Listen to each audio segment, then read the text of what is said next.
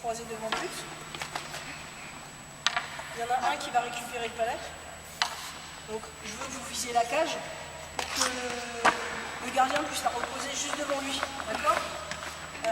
Donc le but, le défenseur shoot.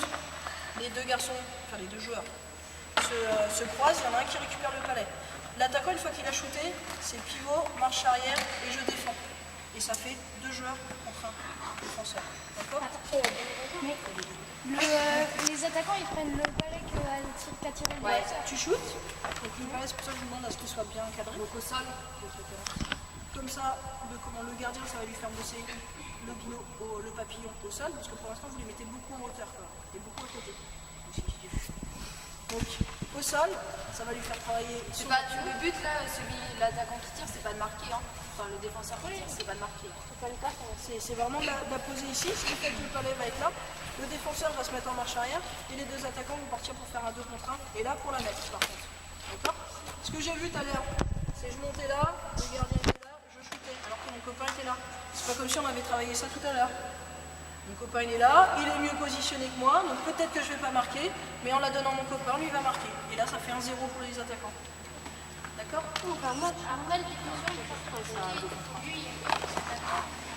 Après, c'est à vous de vous organiser. Je veux deux attaquants et un défenseur systématiquement.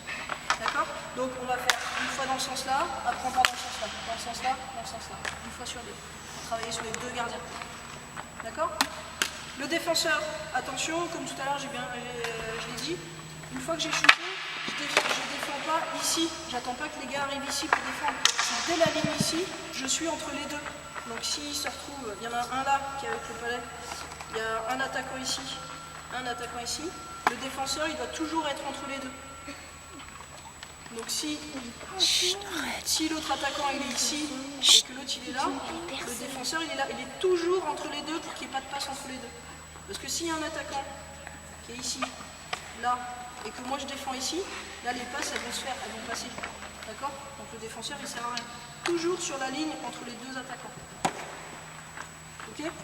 Donc si, ça va être un gros travail sur les défenseurs. Donc je lève la tête, je regarde bien, je prends l'information à gauche, je prends l'information à droite, où est-ce qu'il est, je suis en marche arrière, j'ai la crosse à une main et je balaye. Je fais en sorte que la passe ne se passe pas entre les deux attaquants. D'accord?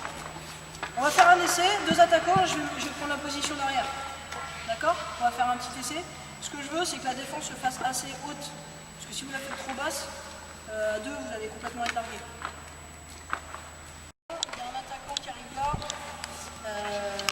Admettons qu'ils arrivent tous les deux comme ça. Souvent, celui qui a le palais, on va dire que c'est lui. Souvent, le défenseur, il fait quoi? Il va sur celui-là. Ça, c'est la grosse bêtise à pas faire.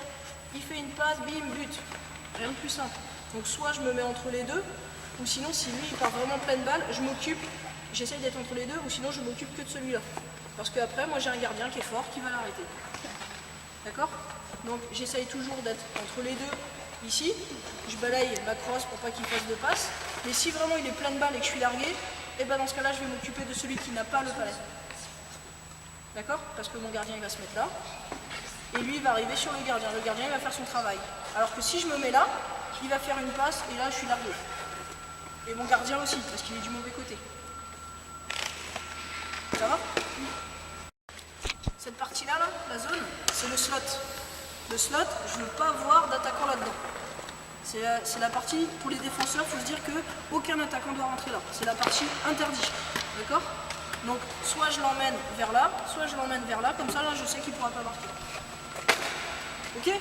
Ouais, mais du coup, après, quand c'est du 2 contre 1, il y a forcément un attaquant qui peut se mettre là, quoi. C'est compliqué, mais c'est la base. Il faut le savoir. Après, on va mettre des défenseurs supplémentaires, ça va t'aider. Mais au début, c'est vrai que c'est pas évident. Et il faut se dire vraiment, les défenseurs, que cette zone-là, aucun attaquant rentre dedans. Et c'est quoi comme zone? Le slot. C'est ce qu'on appelle le slot. Quand tu vas défendre, après, normalement, quand tu défends, Le carré qui est devant le but. Hop, tu as tes défenseurs là, tes attaquants là. Et là, il n'y a aucune passe qui doit passer. Parce que là, si le mec il tire là, le gardien il est là, il s'en fiche. Que là, si tu tires là, c'est super dangereux, d'accord? En fait, c'est la zone très dangereuse. Si tu as un attaquant de l'équipe d'en face qui shoot, il y a de très fortes chances que ça rentre. Alors que si là t'as personne, ça veut dire que le joueur il est très loin, donc ça veut dire qu'il faut que tu sois très fort pour vraiment la mettre en pleine lunette. Ou sinon s'il est là, ton gardien est bien placé, ça rentrera pas. D'accord? Donc ça c'est la zone qui est vraiment très dangereuse. C'est la zone où un attaquant s'il est dedans, il y a de fortes chances qu'il le mette. Donc en tant que défenseur, il faut dégager l'attaquant en face de cette zone. Ça roule?